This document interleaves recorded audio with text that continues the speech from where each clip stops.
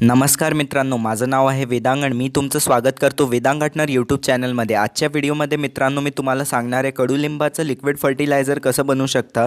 तर व्हिडिओला शेवटपर्यंत नक्की पाहाल। चॅनलवर नवीन असाल चॅनलला सबस्क्राइब करून बेल आयकन नक्की दाबून द्याल। सगळ्यात पहिला पॉईंट आहे मित्रांनो, जी नीम खल्ली आहे मी याच्यावर व्हिडिओ बनवून ठेवलेला आहे, तो व्हिडिओ नक्की पाहाल। हे घरच्या घरी कसं तयार करायचं असते तर आपण हे नीम खल्ली याच्यात यूज करू शकता।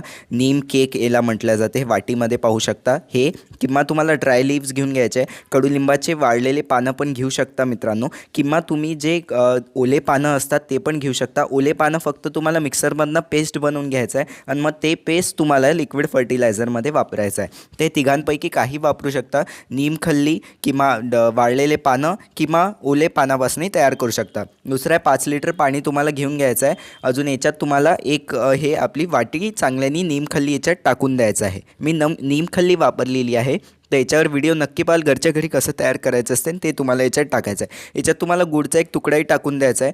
गुळ टाकल्याने काय होते मित्रांनो, त्याच्यात एन्झाईम्स असतात, हे चांगल्याने डिकम्पोज होते। मग याला कवर करून ठेवून द्यायचं आहे। 4 ते 5 दिवसासाठी तुम्हाला याला झाकून ठेवून द्यायचं शेड एरियामध्ये। मग 4-5 दिवसांनी मित्रांनो हे खत तयार होऊन जाईल।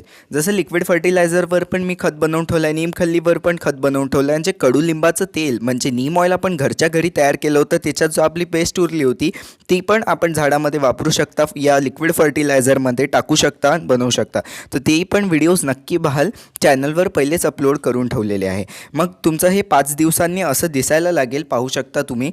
तर हे समजा जसं 1 लिटर आहे, त्या 1 लिटर आपलं लिक्विड फर्टिलायझरमध्ये तुम्हाला 4 ते 5 लिटर साधं पाणी घालायचं आहे आणि मग चांगल्याने त्याला मिक्स करून तुमच्या सगळ्या झाडांना टाकून द्यायचं आहे। याला तुम्ही झाडावर फवारणी पण करू शकता, त्याच्यासाठी तुम्हाला हे चांगल्याने गाळून घ्यायचं आहे। तुम्ही हे स्प्रे बॉटलमध्ये भरून तुमच्या झाडावर स्प्रे पण करू शकता। तर अशा प्रकारे कडुलिंबाच्या पानांपासून आपल्याला लिक्विड फर्टिलायझर बनवायचं आहे। कसा वाटला व्हिडिओ आवडला असल्यास व्हिडिओला लाईक करा, शेअर करा, माझ्या चॅनलला सबस्क्राईब करून बेल आयकन नक्की दाबून द्या। आणि मित्रांनो आता स्क्रीनवर व्हिडिओज येत असतील त्यांना क्लिक करून तुम्ही पाहू शकता। कडुलिंबाचं तेल किंवा फर्टिलायझर सगळे व्हिडिओज आता तुम्हाला स्क्रीनवर येत असतील त्यांना क्लिक करून नक्की पाहा।